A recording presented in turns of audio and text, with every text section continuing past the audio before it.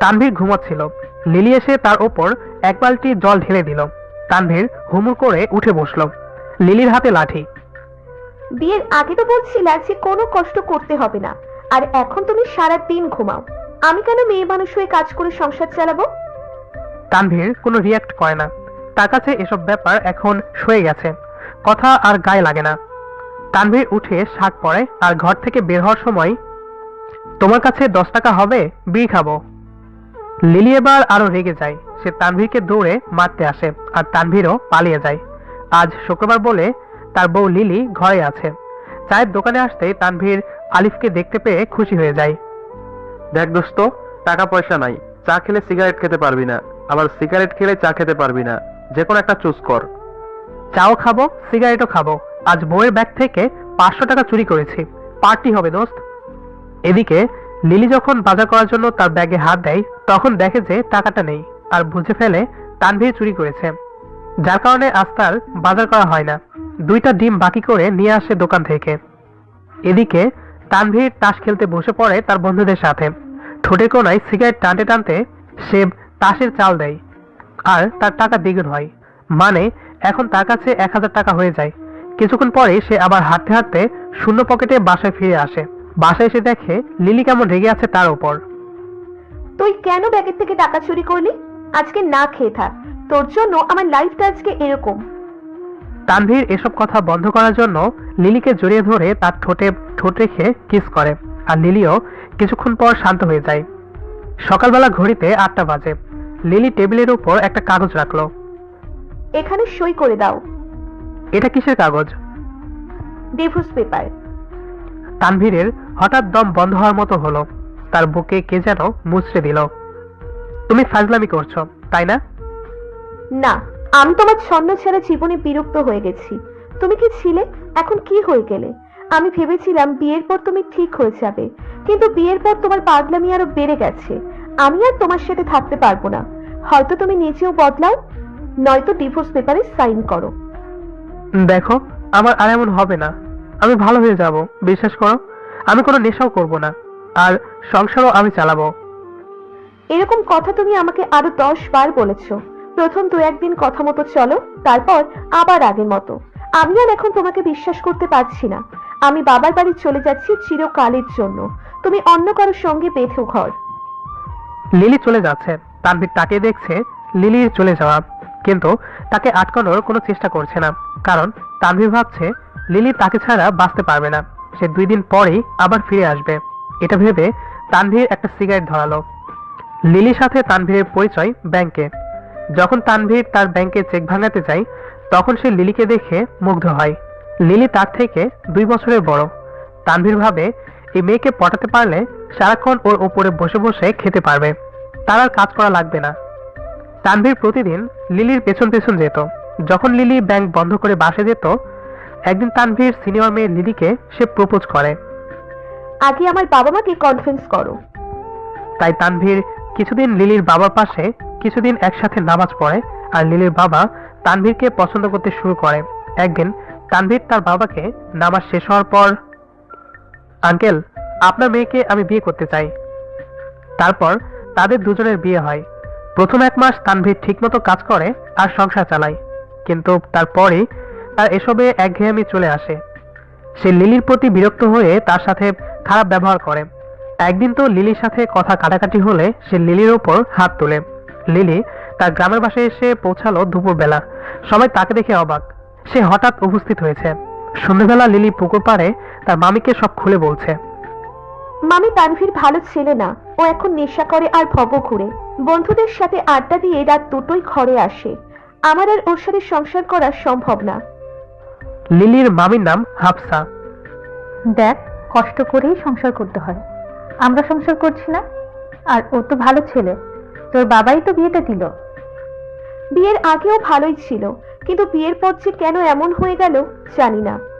তুই যে বেচারাকে রেখে এসেছিস, ওকে রাখতে পারে? বেচারা খাবে কি? লিলির মনে পড়লো যে তানভীর রান্না করতে পারে না, একটা ডিমও ঠিকমতো ভাজতে পারে না। এটা ভেবে লিলি চিন্তিত হয়ে গেল। আসলেই তো, এখন বেচারা কি করছে কে জানে। হয়তো ক্ষুধার জ্বালায় না খেয়ে আছে। এদিকে তানভীর লিলি চলে যাওয়ার পরেই খুশিতে নাচতে থাকে। তার বন্ধু আলিফকে কল দেয়। দোস্ত, ঘরে বউ নাই, প্যারাও নাই, আজ সারা রাত আমার ঘর খালি, পার্টি হবে। সন্ধ্যেবেলায় তানভীরের বন্ধুরা ঘরে আসতে থাকে। তাদের সাথে কোকাকোলা, চিপস আর সিগারেট ছিল। আজ কোনো তাস খেলা হবে না, আজ আমরা সবাই মিলে ভূতের ছবি দেখব বলে চিল্লিয়ে উঠে ওখানে থাকা সবাই হুররে। সকাল ভোর হতেই লিলি বাসে করে রওনা দেয় ঢাকাতে। তার খুব চিন্তা হচ্ছিল তানভীরের জন্য। তানভীরের যদি কিছু হয়ে যায় তাহলে সে নিজেকে ক্ষমা করতে পারবে না। ঘরে ঢুকতেই লিলি দেখে তানভীর ঘুমিয়ে আছে। সারা ঘর নোংরা হয়ে আছে। তানভীর ঘুমের ঘরে। দোস্ত, একটা সিগারেট দে না। লিলি প্যাকেট থেকে একটা সিগারেট বের করে তানভীরের ঠোঁটে দিল। তানভীর এখনো চোখ খুলেনি। সে ঘুমের ঘরে সিগারেট খাবে, তারপর সিগারেট শেষ করে চোখ খুলবে। তাই সে চোখ বন্ধ থাকা অবস্থাতেই কেউ একটু আগুন দে। লিলি লাইটার দিয়ে আগুন জ্বালালো সিগারেটে। তারপর দূরে সোফায় বসলো। তানভীর ভাবছে তার বন্ধু বোধ হয় সিগারেট ধরিয়ে দিয়েছে। সিগারেট শেষে যখন তানভীর চোখ খুললো তখন দেখলো লিলি সোফায় বসে আছে। তানভীর প্রথমে ভাবলো সে কি স্বপ্ন দেখছে, লিলি তার সামনে বসে আছে। তানভীর ভয়ে উঠে বসে জানালা দিয়ে সিগারেট ফেলে দিল আর ভদ্র সাজার অভিনয় করছে। আমি একদিন মাত্র ঘরে ছিলাম না আর ঘরটাকে কি করে ফেলেছো? এভাবে কি জীবন চলবে? কোনো কাজ তো করতে হবে। কি কাজ করব বলো? যে কাজই দিই সে কাজেই তুমি ব্যর্থ। 2 দিন কাজ করো, তারপর মালিকের সাথে ঝগড়া করে কাজ ছেড়ে এসে পড়ো। তো মালিক উল্টাপাল্টা কথা বললে তো ঝগড়া হবেই। তোমার সমস্যা কি জানো? কি? তুমি বেকার, তোমার জন্য আমাকে কথা শুনতে হয়। বাইরে মেয়েদের কাজ করলে যে কি পরিমাণ হ্যারাসমেন্ট হতে হয় তা তুমি কিভাবে বুঝবে? তানভীর এবার লিলির কাছে এসে লিলির হাত দুটো চেপে ধরলো। এবার থেকে তোমাকে আর কষ্ট করতে হবে না, আমি বাইক চালাবো আর ডেলিভারি ম্যানের কাজ করব। তুমি তোমার বাবার বাড়ি থেকে টাকা এনে দাও বাইক কেনার জন্য। সত্যি তুমি কাজ করবে? এটা বলে তানভীরকে জড়িয়ে ধরে। তানভীরও তাকে জড়িয়ে ধরে। পরের দিন সকালবেলা লিলি তার মাকে ফোন করলো। আমার কিছু টাকা লাগবে। কত? 50,000। এত টাকা দিয়ে কি করবি? এত কৈফিয়ত দিতে পারবো না। দেবে কিনা সেটা বলো। এত টাকা আমি কই পাবো? লিলি ফোন কেটে দেয়। এদিকে চায়ের দোকানে তানভীর মন খারাপ করে বসে আছে। মামা, চা দাও। চা নাই, আগের বাকি টাকা দে, তারপর চা পাবি। এমনই সময় ওই রাস্তা দিয়ে যাচ্ছিল এক অন্ধ বুড়ো ভিক্ষুক। তানভীর সেখানে দৌড়ে গিয়ে ভিক্ষুকের বাটি থেকে 20 টাকা তুলে নেয়। তারপর বুড়ো ভিক্ষুককে ধন্যবাদ জানিয়ে আবার চলে আসে চায়ের দোকানে। লিলি কিস্তি অফিসে আসে বাইকের ব্যাপারে কথা বলতে। তারা সবকিছু বুঝিয়ে দেয়। কিস্তিতে বাইক নিলে কিভাবে পরিশোধ করতে হবে সবকিছু ডিটেলসে বলে। লিলি কাগজে সই করে দেয়। এসবের পর লিলি তার অফিসে যায় বসের সাথে কথা বলতে যে সে আর কাজ করবে না। লিলি একটা ব্যাংকে কাজ করত, তবে এই ব্যাংকে স্যালারি খুব কম, তবুও সংসার চলে যায়। লিলি তার বসের সামনে যায়। আমি আর এই কাজটা করব না। কথাটা বলে চলে আসে। তারপর লিলি দারাজ অফিসে দেখা করতে যায় যে সেখানে কোনো ডেলিভারি বয় লাগবে কিনা। দারাজ বলে না, তাদের লাগবে না। তারপর সে অন্য একটা কোম্পানিতে যায়, এটাও দারাজের মতো, তবে এত নাম করে না। এখানে আবার লোকের দরকার ছিল, তাই তারা লিলিকে হ্যাঁ বলে দেয়। লিলি খুশি হয়ে বাড়িতে ফিরে। তানভীর রাতে মদ খেয়ে বাসায় ফিরেছিল। তার সাথে ছিল তার বন্ধু আলিফ। দোস্ত, আমার জানি কেমন লাগছে, পেটে মোচড় দিচ্ছে, বমি আসতেছে। মদ খেয়েছিস, বমি তো আসবেই। আমার কেন জানি খুব পেটে ব্যথা করছে।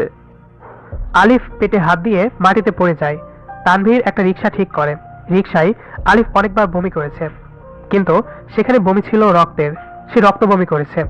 তার অবস্থা খুব খারাপ। রিক্সায় তানভীর আলিফের হাত শক্ত করে ধরে। আমি মনে হয় আর বাঁচবো না দোস্ত, আমার পেটে পাথর হয়েছে। আরে তোর কিছু হবে না, আমি আছি তো। অবশেষে রিক্সা থামলো মিডফোর্ড হাসপাতালের সামনে, কিন্তু ততক্ষণে খুব দেরি হয়ে গেছে। আলিফ মারা গেছে। ডাক্তাররাও তাই বলেছে। অতিরিক্ত মদ্যপান, নেশা করার কারণে সে মারা গেছে। আলিফের লাশ পড়ে আছে। তার পরিবারে কেউ আসেনি, কারণ আলিফ নেশা করে। এটা ওর পরিবারের সবাই জানতো। তানভীর ও তার কিছু বন্ধুরা মিলে গোসল করিয়ে আজিমপুরে কবর দেয়। এই ঘটনা তানভীরের জীবনকে পুরোপুরি বদলে দেয়। সে বুঝতে পারে খারাপ হয়ে মারা গেলে কোনো দাম নেই। আলিফের জন্য তার কোনো বন্ধু কাঁদেনি, উল্টো হাসাহাসি করেছে। খারাপ মানুষকে কেউ পছন্দ করে না। তানভীর ভাবে সেও যদি মারা যায় তাহলেও কি কেউ কাঁদবে না, সবাই উল্টো খুশি হবে। তানভীর ভাবে সে মারা যাওয়ার আগে ভালো হয়ে মারা যাবে, যাতে মানুষ তার জন্য কাঁদে। এদিকে লিলি তার জন্য বাসায় অপেক্ষা করছে। তানভীরকে সে সারপ্রাইজ দিবে।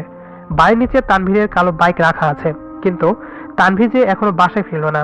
রাত 3টায় তানভীর মন খারাপ করে বাসায় ফিরে। লিলি, ভাত খেয়েছো? নিচে দেখলাম একটা বাইক, এটা কার? আমি তোমার জন্য বাইক নিয়ে এসেছি। তানভীর লিলিকে জড়িয়ে ধরে কাঁদছে। আজকে তোমার কি হলো, মন খারাপ কেন? আমার প্রিয় বন্ধু আলিফ মারা গেল। ইন্না লিল্লাহি ওয়া ইন্না ইলাইহি রাজিউন। ফজরের আজান দিচ্ছে। ঘুম হতে নামাজ উত্তম।